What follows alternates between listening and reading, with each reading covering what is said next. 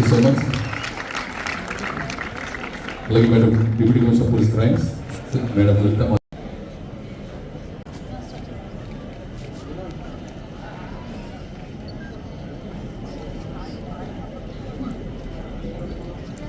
మహిళా రక్షణకు కలిసి కట్టుగా కె రవికుమార్ గారు వారిని కూడా సాధారణంగా వేదిక మీద ఆహ్వానిస్తున్నాం.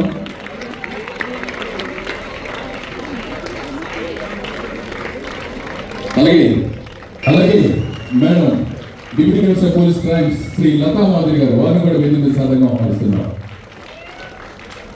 అలాగే వైస్ ఛాన్సలర్ ఆంధ్ర విశ్వ కళా పరిషత్, అలాగే విశాఖ నగర పోలీస్ కమిషనర్ గారికి ఈస్ట్ సబ్ డివిజన్ నుంచి శ్రీ కొండపల్లి లక్ష్మణమూర్తి గారిని బొకే అందజేసిన కోరుతున్నాం.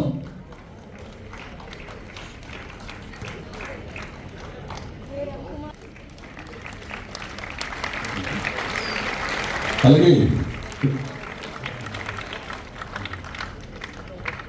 తదుపరి జ్యోతి ప్రజల కార్యక్రమంలో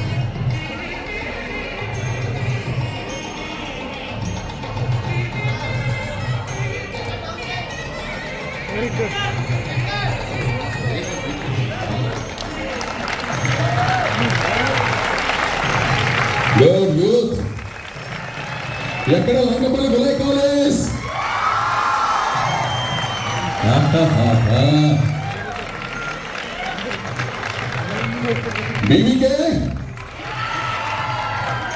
ఈ బాలులు అండ్ కాలేజ్ స్టూడెంట్స్ అందరికీ కూడా హృదయపూర్వక అభినందనలు. Thank you so much for taking time. మీరందరూ ఇక్కడికి వచ్చినందుకు దేవత అంటే ఎక్కడైతే మహిళలను పూజిస్తారో అక్కడ దైవత్వం పెరుగుంటుంది అని అగ్రీడ్. ఐ హోప్ మీరందరూ ఆ రకంగా మీ దగ్గర ఉన్న అందరూ మహిళల్ని అట్లా గౌరవిస్తారు అని నేను ఆశిస్తున్నాను.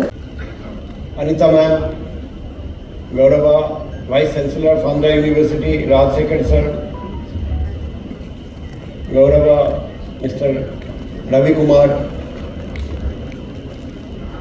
వైజాగ్ సిటీ పోలీస్ నుండి ఈరోజు ఈ ప్రోగ్రాంలో పాల్గొంటున్న నా ఆల్ కొలీగ్స్ అండ్ మన డిఫరెంట్ స్కూల్ కాలేజ్ యూనివర్సిటీ నుండి వచ్చిన విద్యార్థులు అండ్ మీడియా పాత్రికేయులు, ఈరోజు ఇది ఒక కొత్త కార్యక్రమం మొదలు పెట్టడం జరిగింది వైజాగ్ నుండి. ఇది మనం home minister madam brain child అనమాట. ఎలా స్టార్ట్ అయింది ఐడియా అంటే, ఫస్ట్ పిఎం పాలెం లిమిట్స్లో ఒక ప్రేమోన్మాది దాడి చేసి అమ్మాయి తల్లిదండ్రులు వెంటనే పెళ్ళి చేస్తామని చెప్తే వాళ్ళు 1 year ఆగమన్నారని, నేను చెప్పిన నిరాకరించారని కోపంతో ఈ దాడి చేయడం, అమ్మాయి తల్లి. అందరికీ నమస్కారం. నేను ఈ పని చేద్దాం అనుకున్నాను, ఎందుకంటే టీచర్నే కదా, చేశారా లేదా, చేస్తున్నారా లేదా అన్నీ చెక్ చేస్తా కదా.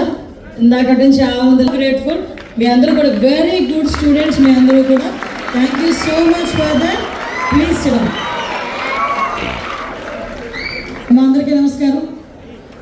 ముఖ్యంగా ఏదో నా ఆలోచన అని అనే కన్నా సమాజ బాధ్యత అని అనిపించి, ఎందుకంటే హోమ్ మినిస్టర్గా నేను బాధ్యతలు తీసుకున్న తర్వాత చాలా సందర్భాల్లో చూశాను, పోక్సో యాక్ట్లు చూశాను, పోక్సో కేసెస్ చూశాను, నిర్భయ చట్టాల దగ్గర నుంచి చూశాను. ఈ 498 కేసులు ఇవన్నీ అంటే కామన్ అయిపోయింది. కానీ నన్ను బాగా బాధించింది, అదేవిధంగా మనసుకు కదిలించిన పరిస్థితి ఏంటంటే, ఏదో చిన్న క్షణికావేశం, ఏదో ఒక వెనకాతల నుంచి ఒక స్టూడెంట్ వెనకాతల నుంచి ప్రోత్సహించడం, వాట్ ఎవర్ ఇట్ మేబీ, ఏమి జరిగినా ప్రేమ అన్న ఒక చిన్న ముసుగు, దానిలో భాగంగా చాలామంది ఏమీ తెలియని వయసులో ఏదో ఒక తప్పు చేసి ఈ పోక్సో చట్టాలకి, మామూలు నిర్భయ యాక్ట్లకి బలైపోయి సుమారుగా 25 సంవత్సరాలు 15 సంవత్సరాలు జైలు శిక్ష అనుభవించే పరిస్థితి నుంచి ఈరోజు డెఫినెట్గా యాక్ట్ల మీద అవగాహన, చట్టాల మీద వాళ్ళకున్న అవగాహన కల్పించాల్సిన బాధ్యత మొట్టమొదటిసారిగా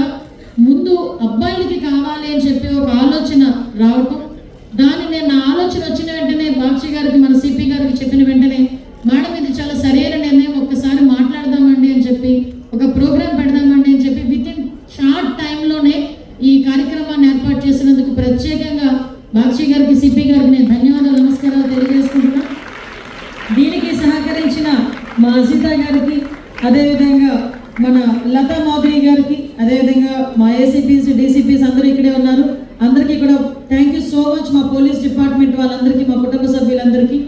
అదేవిధంగా ఈ కార్యక్రమాన్ని చూసిన తర్వాత అమ్మ నేను ఒకసారి వస్తాను, అక్కడికి వచ్చి మాట్లాడతాను అని చెప్పి తనకు తాను వచ్చినా కూడా నేను ఎక్కడ మిస్ అయ్యానో అనిపించింది. బట్ గాడ్స్ గ్రేస్ ఇలాంటి ఇంటలెక్చువల్ కూడా ఈరోజు ఈ కార్యక్రమానికి రావడం చాలా మందికి అది ఒక మార్గనిర్దేశకాన్ని ఇవ్వడం అన్నది చాలా మంచి సైన్స్, గుడ్ సైన్. దానికి వచ్చినందుకు ప్రత్యేకంగా మన రవికుమార్ గారికి, అదేవిధంగా మీ అందరికీ తెలుసు ఆంధ్ర యూనివర్సిటీ అనేసరికి చాలా మందికి కళ ఆంధ్ర యూనివర్సిటీలో చదవడం అనేది. నాకైతే చాలా పెద్ద కళ ఆంధ్ర యూనివర్సిటీలో చదవడం అనేది. నేను ఎంఎస్సీ చేయడానికి ఒక్క ర్యాంకు ముందు ఆంధ్ర యూనివర్సిటీ పోయి నాకు గీతం కాలేజ్ వచ్చింది. ఎలాగైనా ఆంధ్ర యూనివర్సిటీలో చదవాలి అని నాకు మ్యారేజ్ అయిన తర్వాత కూడా నేను ఎంఏ లిటరేచర్ మళ్ళీ ఆంధ్ర యూనివర్సిటీలో డిస్టెన్స్ ఎడ్యుకేషన్ చేసి యూనివర్సిటీని వెళ్ళి కూర్చొని వచ్చిందాన్ని. అంటే అంత ప్యాషన్ ఉన్న ఆంధ్ర యూనివర్సిటీ. అలాంటి ఆంధ్ర యూనివర్సిటీకి ఒక వైస్ ఛాన్సలర్ పొజిషన్ రావడం అన్నది ఆసమాషి విషయం కాదు. అటువంటిది ఈ ఆంధ్రప్రదేశ్లో వైస్ ఛాన్సలర్ విషయంలో ఎక్కడా కూడా ఎటువంటి రాజకీయాలకి ఎందుకండి కదా చాలా మందిలో ఉన్నది. ఎందుకు పిలిచారు హోమ్ మినిస్టర్ గారు, ఎందుకు పిలిచారు సిపి గారు, ఏదో పోలీసులు పిలిస్తే మేము ఇక్కడికి వచ్చి కూర్చున్నామా, లేకపోతే ఏదో బలవంతంగా మా యాజమాన్యం ఇక్కడ తీసుకొచ్చిందా అన్నది కాదు. ఈరోజు నేను మీతో స్టార్ట్ చేసింది రాష్ట్ర వ్యాప్తంగా ఉన్న అన్ని కాలేజెస్లోని కూడా జరపాలి అని ఒక దృఢ నిశ్చయంతో మీ నుంచి స్టార్ట్ చేశాను. ఎక్కడో ఒక అడుగు పడాలి. ఆ అడుగు అనేది ఈరోజు విశాఖపట్నంలో పడినందుకు, అది మీ అందరితోనే పడినందుకు నేను నిజంగా థ్యాంక్స్ చెప్తున్నాను. నేను ఇందాక లైటింగ్ చేయమన్న, జ్యోతి ప్రజ్వలన చేయమన్న వెంటనే నేను అలా చూశాను. ఎందుకంటే ఈరోజు ఇది మా ప్రోగ్రాం కదా. ఈరోజు మీ అందరి భవిష్యత్తు గురించి, మీ అందరి భవిష్యత్తు అంటే ఏదో మీరు రేపు డాక్టర్లు అవుతారు, లాయర్లు అవుతారు, లేకపోతే పొలిటీషియన్స్ అవుతారు, వాటెవర్ మేము, అది కాదు, దాని గురించి కాదు. నెక్స్ట్ ఈ రాష్ట్రాన్ని ఏలబోయేది మీరు. ఈ రాష్ట్రం తాలూకా భవిష్యత్తు అనేది మీరు.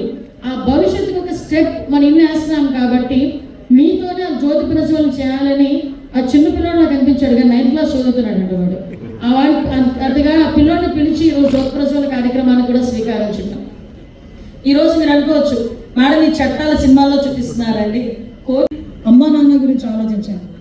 చిన్నప్పటి నుంచి కూడా ఉన్నా లేకపోయినా, వాళ్ళు తిన్నా తినకపోయినా, మీరు ఏ కాలేజీలో చదువుతానంటే ఆ కాలేజ్ ఫీజు కట్టడానికి, మీకు ఏ బైక్ కావాలంటే ఆ బైక్ వెంటనే ఇవ్వకపోయినా ఏదో రకంగా మీకు తీసుకొచ్చి ఇవ్వటానికి, మీరు ఏ కూర అడిగితే ఆ రోజుగా డబ్బులు ఉన్నా లేకపోయినా కొడుకు వచ్చి తింటాడేమో అని నా కూర వండటానికి నిరంతరం కష్టపడుతూ, నిజంగా నువ్వు తప్పు చేసినా కూడా కడుపులో పెట్టుకొని నా కొడుకు మంచోడు అంటారే తప్ప, నువ్వు నిజంగా ఒకరిని చంపేసి వచ్చినా కూడా నా కొడుకు మంచోడే అంటారు తప్ప మీ అమ్మ ఎక్కడ కూడా నా కొడుకు ఇలాంటోడు అని చెప్పి ఏ తల్లిదండ్రులు కూడా మాట్లాడని ఆ తల్లిదండ్రుల గురించి ఒక్క క్షణం ఆలోచిస్తే మన భవిష్యత్తు ఎలా ఉంటుందో ఒక్కసారి ఆలోచన చేసుకోండి.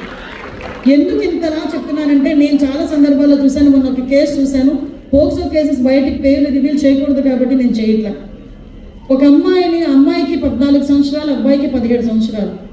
నేను ఆ కేసు చూడేసరికి ఎంత బాగా అనిపించిందంటే, అబ్బాయి చాలా మెరిట్ స్టూడెంట్, ఏమీ లేదు, అమ్మాయిని అఘాయిత్యం చెయ్యబోయాడు, అమ్మాయి సెక్షువల్ హెరాస్మెంట్ చేస్తున్నాడు అని చెప్పి ఒక కేసు పడింది. ఆ కేసు పడిన వెంటనే అబ్బాయి మీద పోక్సో యాక్ట్ రిఫ్లెక్ట్ అయిన వెంటనే అబ్బాయిని తీసుకెళ్లి జువెనైల్లోకి వేస్తారు. ఒక్కసారి అబ్బాయి లోపలికి వెళ్ళిన తర్వాత పోక్సో చట్టాలకి సంబంధించి స్పెషల్ కోర్ట్స్ కూడా ఉన్నాయి. ఎప్పుడైతే స్పెషల్ కోర్ట్స్ ఉన్నాయో మీకు అనుకునేటట్టుగా చట్టాల మీద అవగాహన రావాలి అని ఈరోజు మీకు పెట్టింది. ఎన్నో సంవత్సరాలు పడుతుంది, ఏముంది బెయిల్ నుంచి బయటకు వస్తాడు, తర్వాత వాడు పనాడు చేసుకుంటాడు, ఎప్పుడుకో అయితే అది లే శిక్ష, అప్పుడు మనం పెద్దోళ్ళైతే అందరూ మర్చిపోతారులే అని మీరు అనుకుంటారు. కానీ ఈ రోజులు అలా లేవు. పోక్సో కేసులకి ప్రతి ఒక్క జిల్లాలోని కూడా స్పెషల్ కోర్ట్స్ నడుస్తున్నాయి, స్పెషల్ జడ్జెస్ ఉన్నారు. ఒక్కసారి పోక్సో కేసు పడింది అన్న తర్వాత వాడికి జీవిత ఖైదు, 25 సంవత్సరాల జీవిత ఖైదు, ఒక్కొక్కసారి అబ్బాయి చేసిన అఫెన్స్ బట్టి 2 times ఆఫ్ జీవిత ఖైదు, ఒక్కొక్కసారి 20 సంవత్సరాలు, 25 సంవత్సరాలు.